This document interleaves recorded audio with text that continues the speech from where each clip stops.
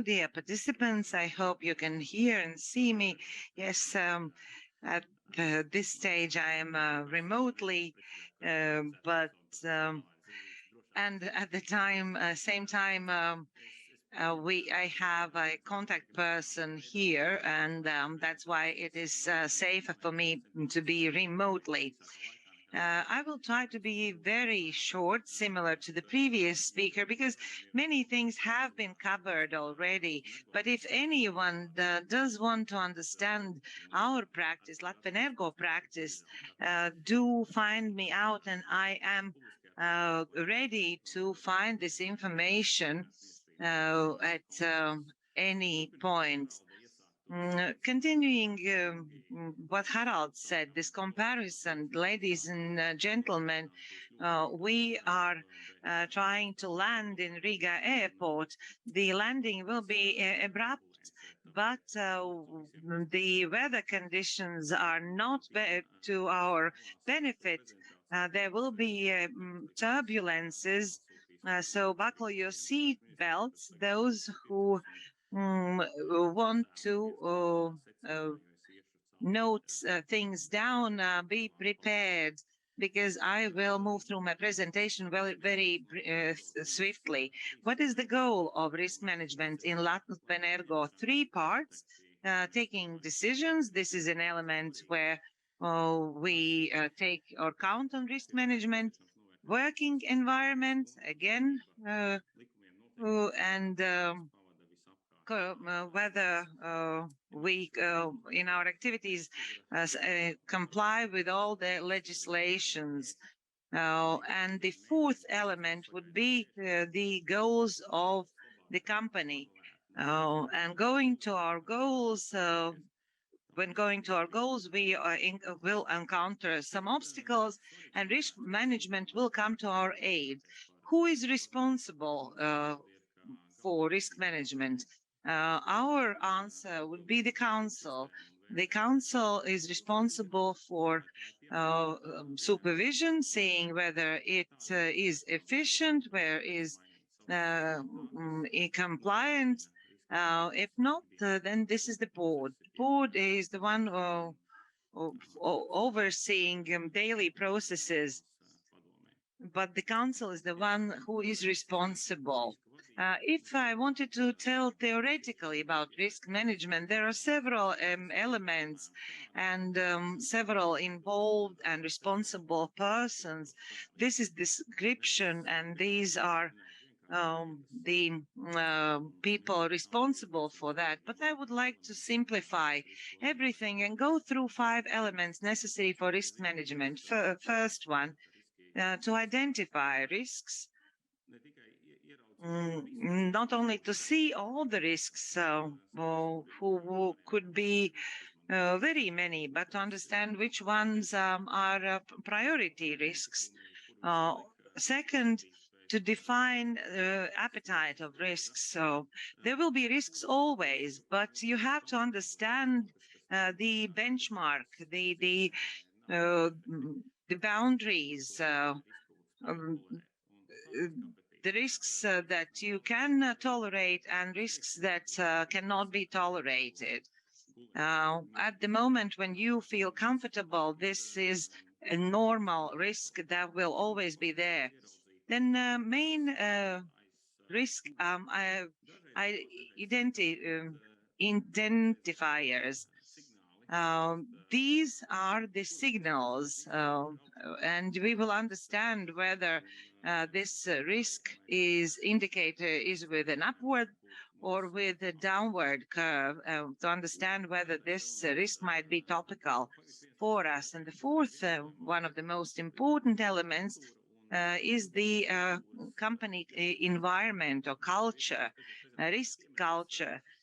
In previous presentations, this element have been mentioned. I'm going to talk about those risk culture elements. And the last one is continuous management of risks, to look at the best practices, to identify shortcomings and to make them better. And this should be a never-ending story.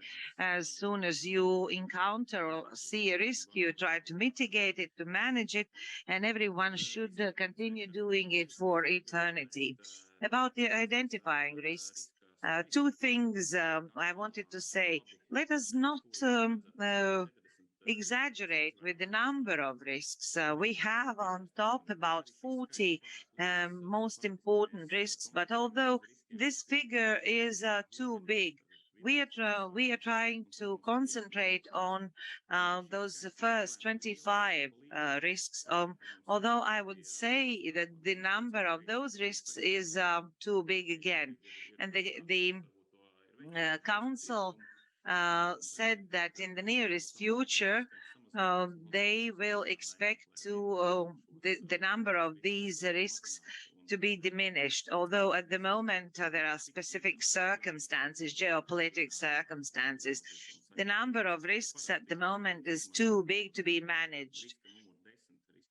Because usually people can manage about 10 to 15 risks. Main risk indicators, I already mentioned one example, how it looks on risk identifiers, on risk culture. The first element and the most important is the attitude of the management, readiness to hear also bad news. It's good to hear good news, but the strength of organization lies in the fact how management is ready to face bad news and to draw its attention to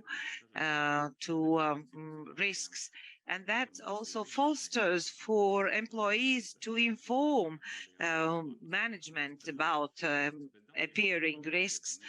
Without data, we cannot manage risks, and the data are being supplied by non-standard situations or by incidents that signal about those risks.